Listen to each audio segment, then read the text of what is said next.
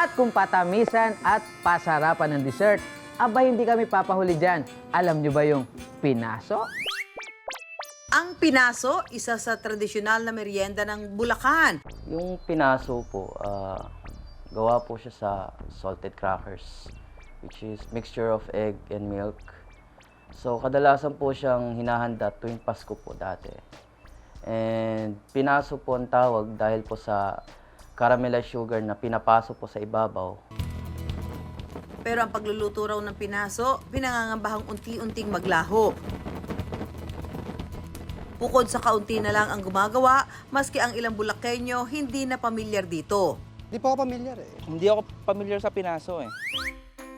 Kaya naman, isa si Chef Mac sa mga nag-aaral at bumubuhay ng mga tradisyon na pagkain Bulakenyo, kabilang na ang pinaso. Mukhang may panlaban ng pinaso nyo, ha? I-flex nyo na yan! At alam mo ba, Mami Sue at mga ka-wonder, ang pinaso orihinal na gawa ng mga kababaihan ng Malolos. Noong panahon kasi ng Espanyol, biskotyo at mga tirang tinapay ang gamit sa paggawa nito. Nang dumating naman ang mga Amerikano, dala ang mga imported na produkto, biskwit na soda na ang ginamit sa paggawa nito, na kinilala bilang isa sa Hello Joe recipe. Pagkatapos po nating haluin, lulutuin po natin siya hanggang po sa lumapot.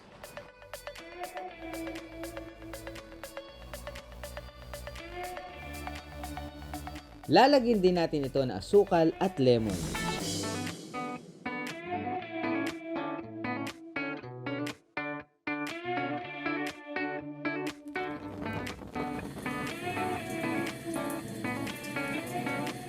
At ready na po ang pinaso.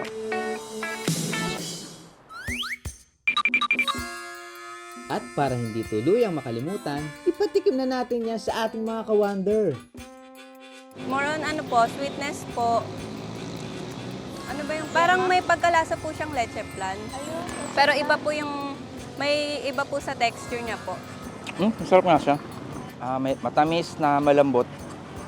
Tapos parang ano, yung parang biko na ano, yung parang tinunaw.